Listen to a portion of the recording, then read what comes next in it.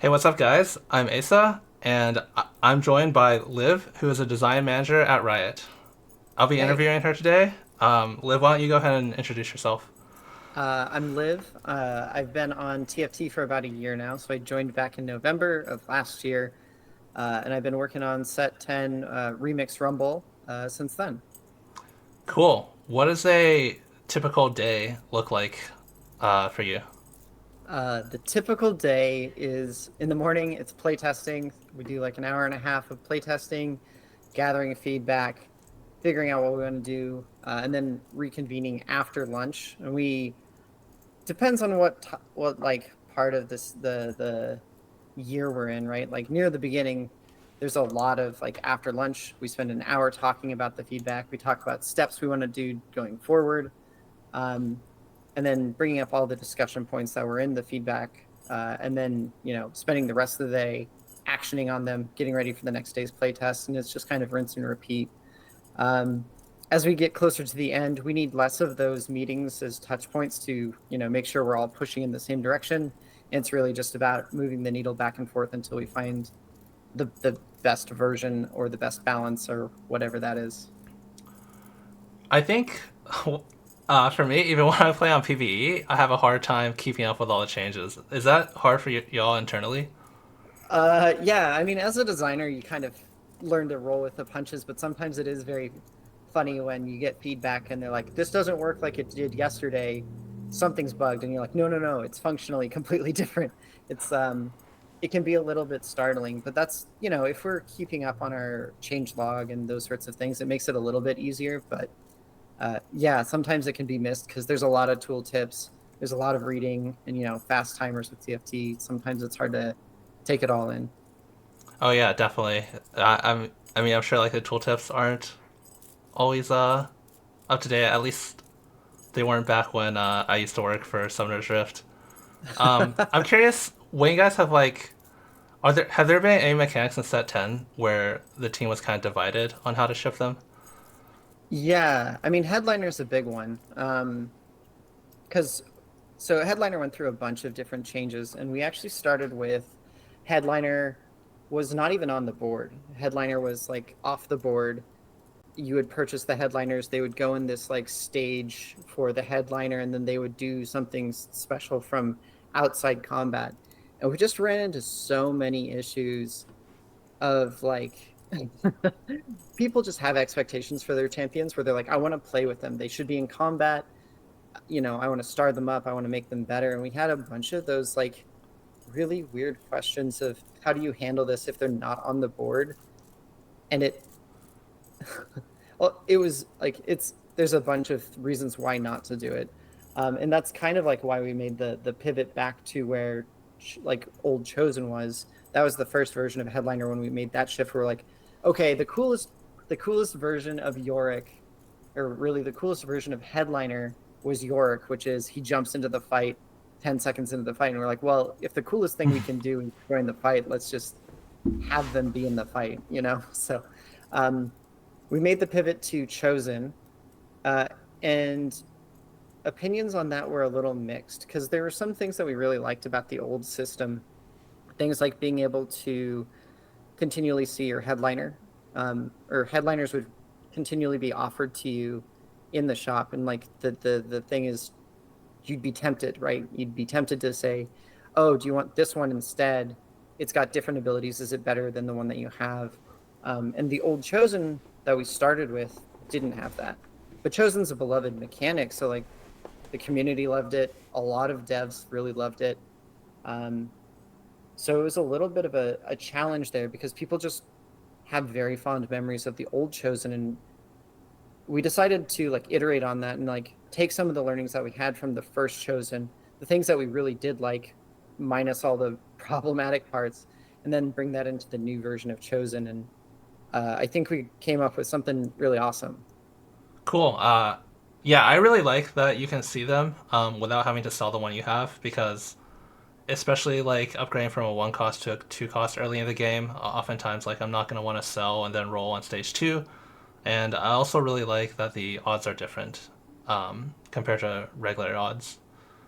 Yeah, I mean, I think it is a very hard ask for, especially for more casual players, to sell their strongest unit in their army to try and get an even better one. It just feels very risk reward, and it's good to have that. And we kept some of that around by sorry about my cat. Huh. Um, but we kept some of that around, like selling your headliner still gives you better odds. You get to see it in every shot rather than every fourth shot. Um, so there is still that risk reward gameplay, but it doesn't require every player to opt into that, you know. Yeah, I like that a lot. I'm curious about the trait weapon set 10. I've been liking it a lot. I feel like, especially with switching your chosen, which a lot of times you have to switch your board. I feel like I've been having a lot of fun kind of discovering like what units kind of can fit perfect synergies together. Is that something that you guys are there certain like end game boards that you guys design in mind, or do you guys just like make the units and give them traits and see how it goes? There's a little bit of that. So like Remix Rumble had a little bit of a constraint on it compared to other sets because if you take a region like in set 9 with the Runeterra set, if we have something like Noxus, there's a lot of other Noxons out there. So if we need to replace someone, it's easy to swap them in and out if we find a more appropriate uh, person that can meet that trait.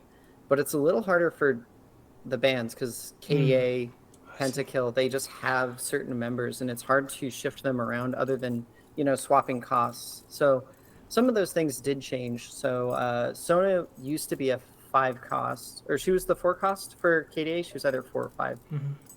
And we swapped her for Ari because we just felt like that was a better it made for a better trait web as a result. Like we are looking at the end game, a lot of the stuff in TFT, it is, hey, throwing this magic puzzle out in the world and seeing what the community does with it. But we do have like our final design, our live balance designers, they're very good at, figuring out what those end games usually look like. And just making sure that those are appropriately balanced. I see. So Sona's a spellweaver if she was, which would be the same as Ari. So you're saying that you guys wanted there to be like a 5 cost spellweaver only. I think she might have been Dazzler at the moment. So like we also made that change as well. It's like there's also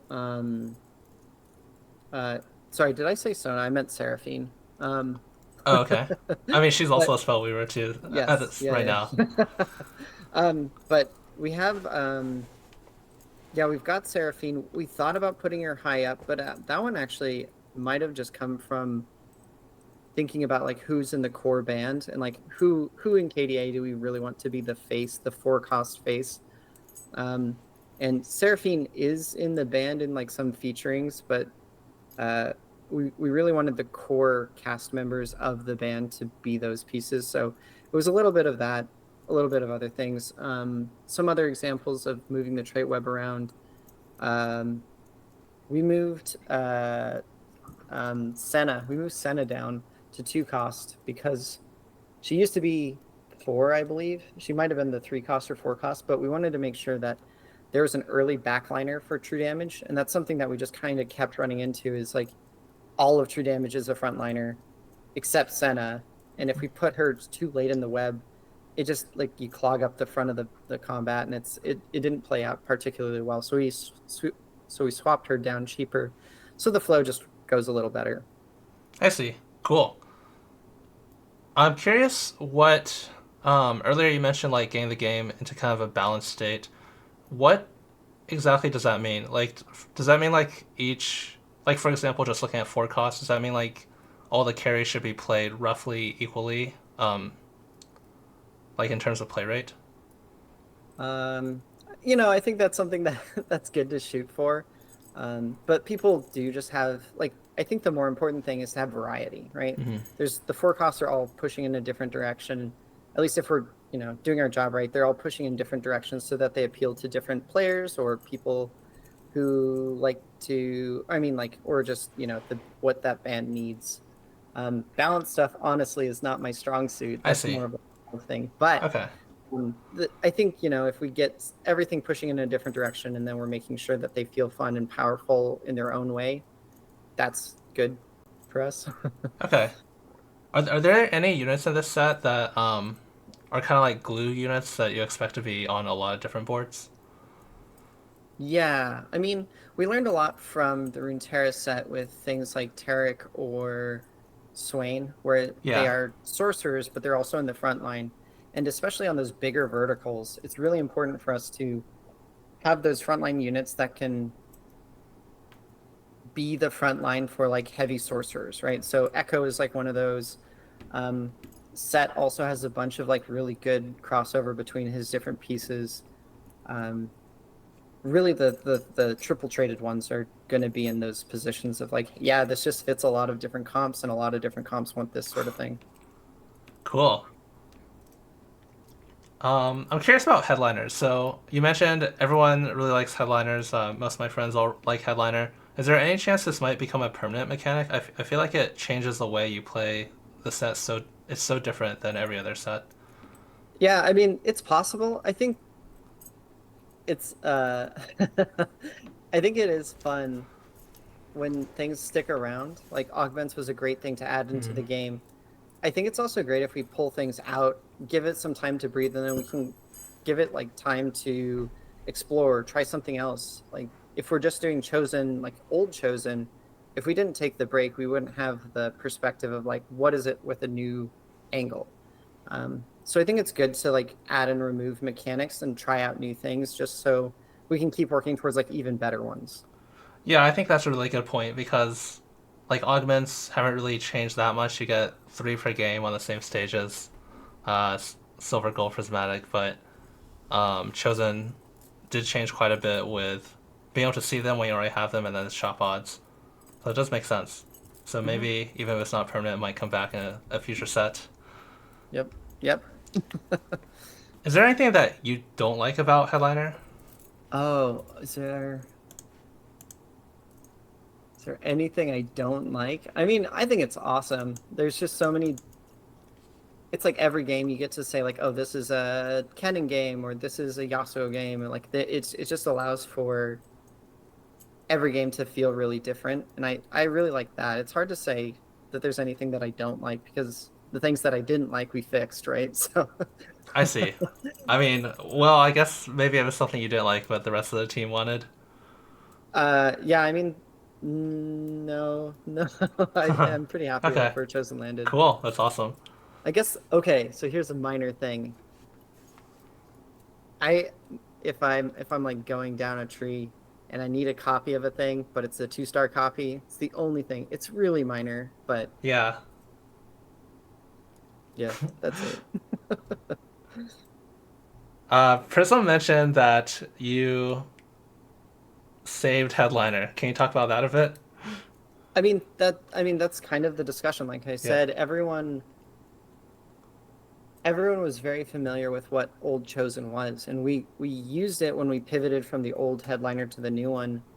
Um, like Chosen was one of those mechanics where like we know this is great. We know this is a good mechanic. And there's a little bit of resistance on pivoting and changing and playtesting new versions of it because it was just like a known good quantity. Um, but the thing, like I didn't actually play that set, so like I came in with Mm, a fresh perspective of I've never played with original Chosen. I've only played with the new headliner, and I saw the things that the new headliner did. That I say new headliner, but it was the old version of it.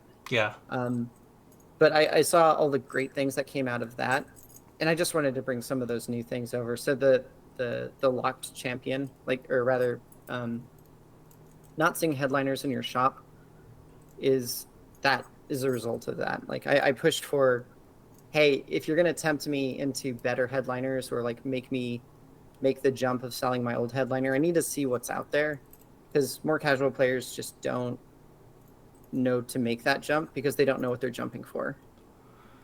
Yeah, I think that's a really good point. I expected even some like pretty high elo players, like masters players, and they were just never selling their chosen the entire game. Even seeing it, and of course it's a new set, obviously, so still Yeah. takes a bit to learn. It's funny. I was talking with Mort about it, and because I was like, please help me understand the old chosen. I'm trying to figure out what the problem is that like I'm just not getting.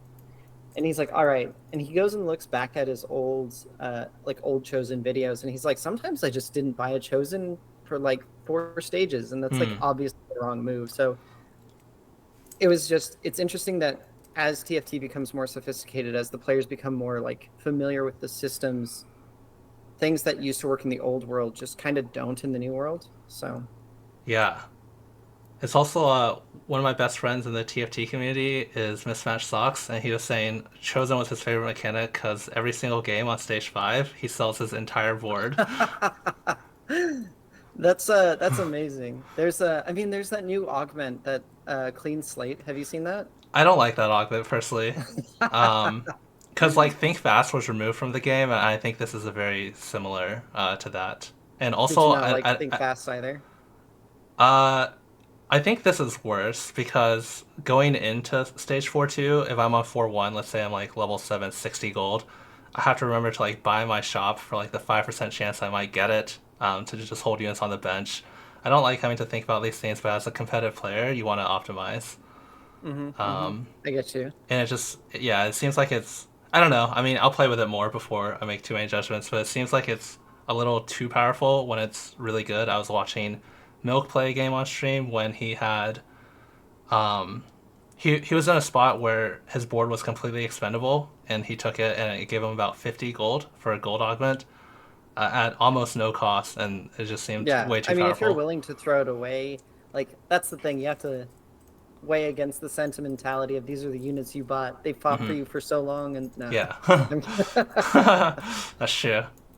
I have another question that I'm not sure like how much you know about this, but I'm really curious about how the music works. Like, from what I Oh, understand, there's 3 layers, and like whatever you have the most of is like the most dominating layer. But what if there's like a tie? It has to choose and I don't know enough okay. about the system underneath. All I know is that it, we wanted it to be about remixing and that you're the DJ, and the focus is on like the music that you're hearing is reflective of your army. And sometimes I imagine they probably just do tiebreaker random rolls, or if I had to guess, probably last place. If it has like a tie between two, it'll probably follow the similar rules as strongest. Oh, okay, yeah, I was just curious.